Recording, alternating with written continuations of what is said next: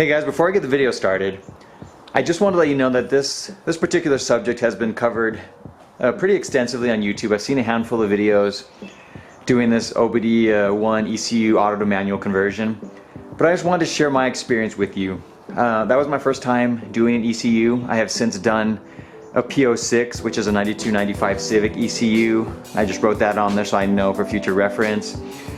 But I also wanted to share how I did it with the fact that I didn't have to use any sort of desoldering wire, even though I picked some up because I wanted to try it.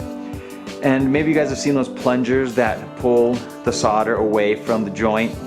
You don't need any of those tools to properly convert the ECU. So go ahead and watch the video, let me know what you guys think, and thanks for watching.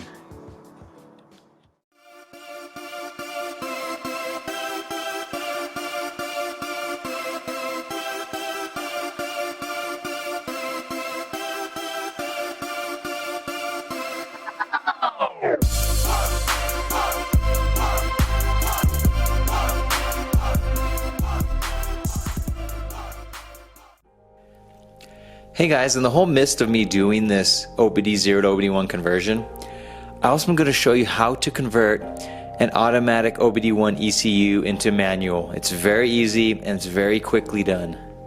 Your first step, remove all the screws holding the covers onto the ECU from both sides. You have a total of 10. And once those are out, you can remove it and you now have access to both sides of the ECU. Now, all we're gonna do is remove 2 resistors, and then one we're just gonna re-bridge the 2 connections. On the ECU, you'll look inside here, and in this area you're gonna see RP17 and RP18. We need to remove both of those resistors. And here's just a little better look at what we're gonna be removing. You'll see right here, you have RP17, and then right to the left of it is the RP18 resistor. Okay, now all we need to do, we need to get RP17 and RP18 removed. RP17 will remain without a resistor. RP18 we're going to bridge with just a piece of wire. Now, most people are going to say you're going to need some desoldering wire. We're going to go ahead and try that first on RP17. So make sure your soldering iron's heated up, and let's put it on here. Let's see if it'll pull the solder up.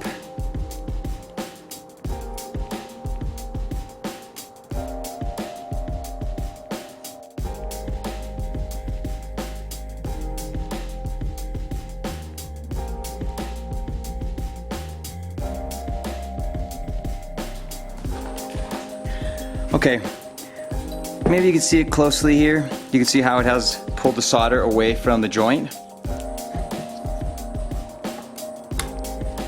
Okay, make sure you pull the little clips back because they were holding it down right there.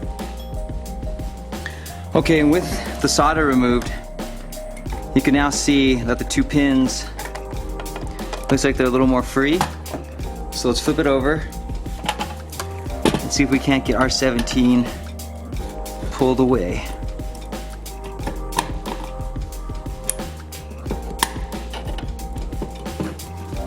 Looks like it's still a little bit of solder sticking, but that's essentially what we need to do, is get that little resistor removed. Okay, now RP17 is going to stay empty. Now let me show you, try a different way for RP18, because most of us don't have desoldering wire just laying around the house, and it's almost impossible to find in your town. So using your soldering iron, I'm going to heat the joint, and I'm going to use a screwdriver because the little clips that come out of the resistor, they actually bend inwards toward one another. So we're going to put this in here in RP18, get the solder as soft as possible. And at the same time, once it does, you can feel it, we're going to push the little clip forward.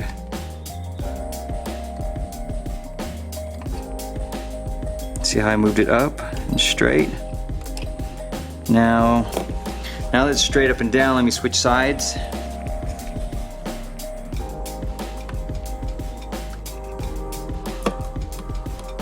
Okay, that one's now flat. Okay, now let's do the same for the opposite side. That one actually did very, very quickly. And then we'll heat it up over here. Let me switch hands.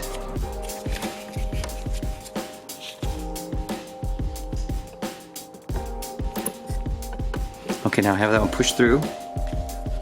Let me flip it over. And you can see how it's now raised compared to the other one, so it's almost ready to come out completely. Okay, now that the resistor is raised, see how I can get my pick? Let me show you right here. I can slide it in there. So I'm gonna heat up the back side. Let's start with the bottom one first. It's hard to keep this hole held straight up.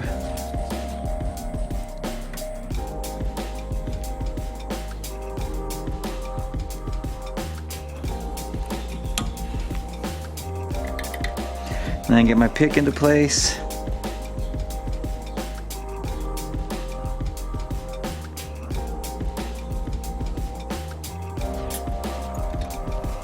Okay, I heated it up.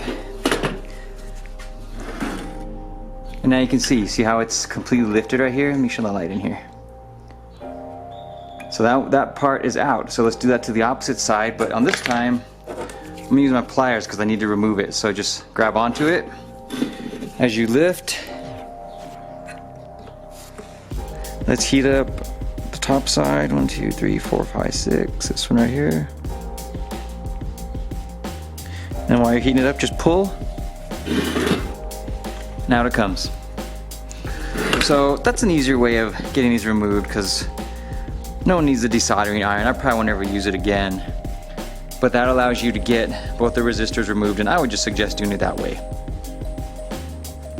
Okay, now with both of them empty, we need to bridge RP18. So you can order them really inexpensively off eBay. I have a set of like 10 of them that I got for like $1 shipped. So I ordered some, so I have these spare wires. Now I'm just gonna cut off the resistor because I need the wire to create a bridge. And so here I got the wire bent into a little bridge that we're gonna bridge RP18. And the cool thing about not using the desoldering wire is there's still solder at the joints. So all you need to do is heat them up and you can push them through. I'll start with one side and then I'll do the other side next. Okay, so here I'm gonna start on the back. See if I can't heat up.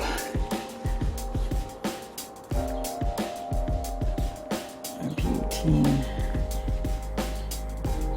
Okay.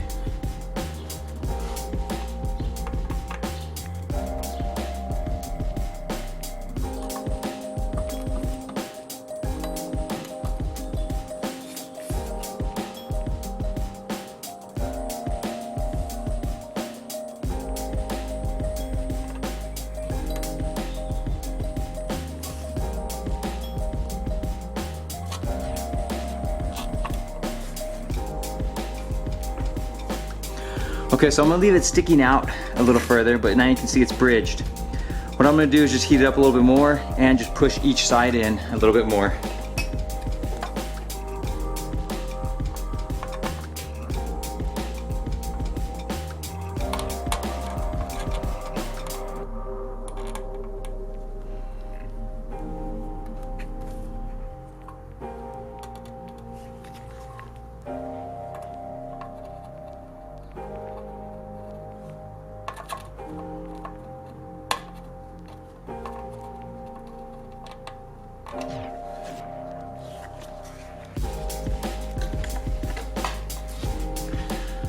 All right, and there it is, guys. You can now see the bridge that I created. It's solid in there. On the back side, you can see where the two pieces are coming out. I'm just gonna cut both these existing pieces off and let's test it out on the car. Okay, and so here's my manual OBD1 P75. You can always tell with these last couple digits. And A01 is gonna be a manual, and the A51 is going to be the automatic. So I got that one plugged up. Now let's give it a start and make sure we don't get that check engine light for code 19, which is the auto lock solenoids on top of the transmission. All right, automatic ECU. Now let's give it a start.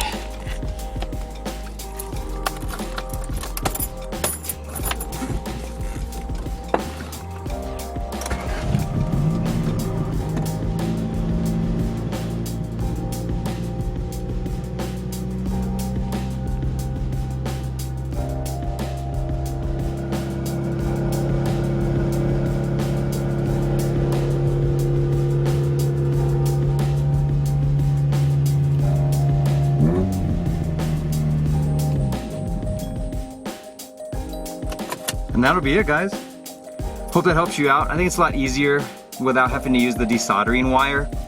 Really isn't any reason to. I've done it before like that. I just wanted to show you guys both ways. But that makes it a lot easier to pick up those ECUs from a junkyard in case you see an automatic. Take care, guys.